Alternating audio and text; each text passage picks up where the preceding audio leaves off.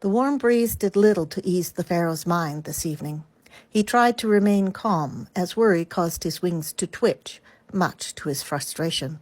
There were numerous recent events that had taken up too much of his precious time and energy.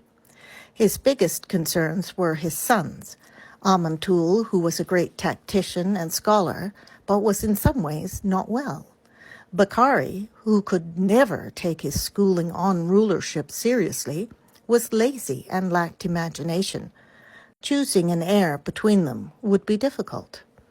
Tonight he did not want to see his wife. As much as he loved Hannah, he missed his late wife Veda and her calming nature. He needed time to gather his thoughts and make a plan for the future of his dynasty. Something needed to be done about those boys. One of them needed to step up and take their place as the next pharaoh, not waste time squabbling amongst themselves. They never fought like this when they were young. They had been inseparable, best friends. He hated to see them at odds now. He sat deep in thought in the room he used as an office and meeting room.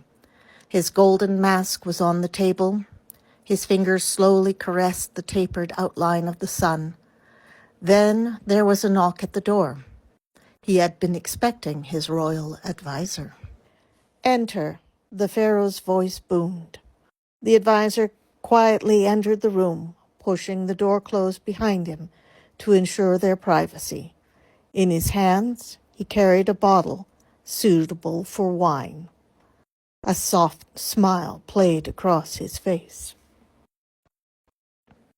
"Greetings, Nizam the 12th, Lord of the heavens, keeper of the sun, bearer of the waters, merciful God King. You wish to see me?" he said while bowing deeply.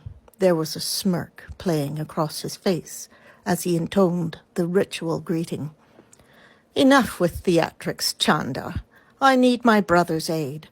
Save that for an audience and sit with me." Chanda smiled and took a seat, placing the bottle of wine on the large oval table with a thump. Chanda was a bit bigger than his brother, but they both had brown and white striped feathers. Chanda's nose was a bit smaller and gave him a more handsome appearance. "What is that you have brought, Chanda?" Nizam nodded towards the wine, grinning. "Actually, I found this at your door. There is a note indicating it is a gift from one of your sons, but I am not certain which one. There is no name, just your son," Chanda explained to Nizam. "I cannot imagine why he did not give it to you personally." "I had disagreements with both of them earlier today. I wonder which one is apologizing. Probably Bakari. He apologizes too much, unlike Amantul, who is too proud. Please, pour the wine. I could use a drink right about now." Nizam sighed. Chanda got up and went to the sidebar to fetch a corkscrew and some glasses. "What did you wish to speak to me about, Nizam?" "I am worried, my brother. I need your counsel," Nizam said with obvious exhaustion. "I should be happy. I have everything I could want. 2 fine sons and heirs. I miss Veda, but Hannah has done well in raising Bakari in her stead. My problem is twofold.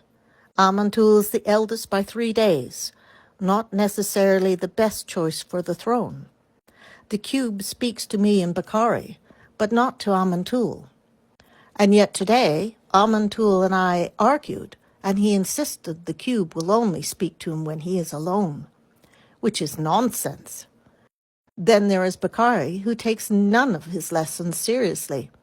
He is a poor student, lazy, and gives up easily. He lacks ambition. Worse, he tried to tell me to call off Amantul's wedding. Won't do his own work, but thinks he can tell me how to do mine." Chanda pulled out the cork with a pop. He poured 2 glasses of wine and sat down. "My brother, do you not recall what we were like? Do you want them fighting between each other as we did? There was a time I would have happily killed you to take the throne."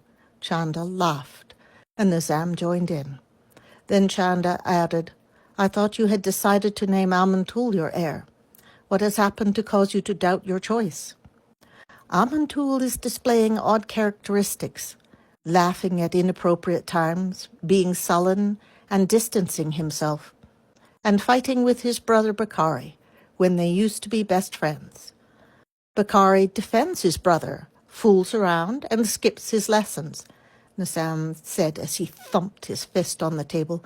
Both have marriages coming up, and I pity the girls. Allow me to work with them some more.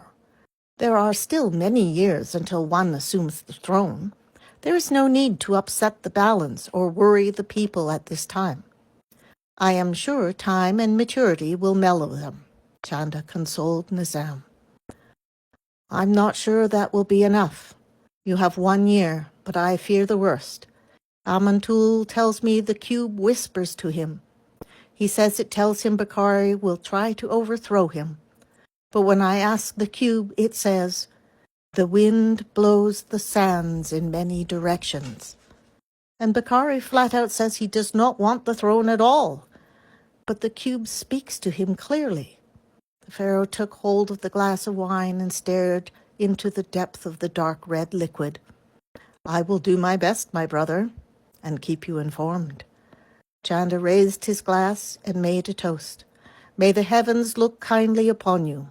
May you shine brighter than the sun. May the waters ever flow. May you reign forever. They both drank their wine.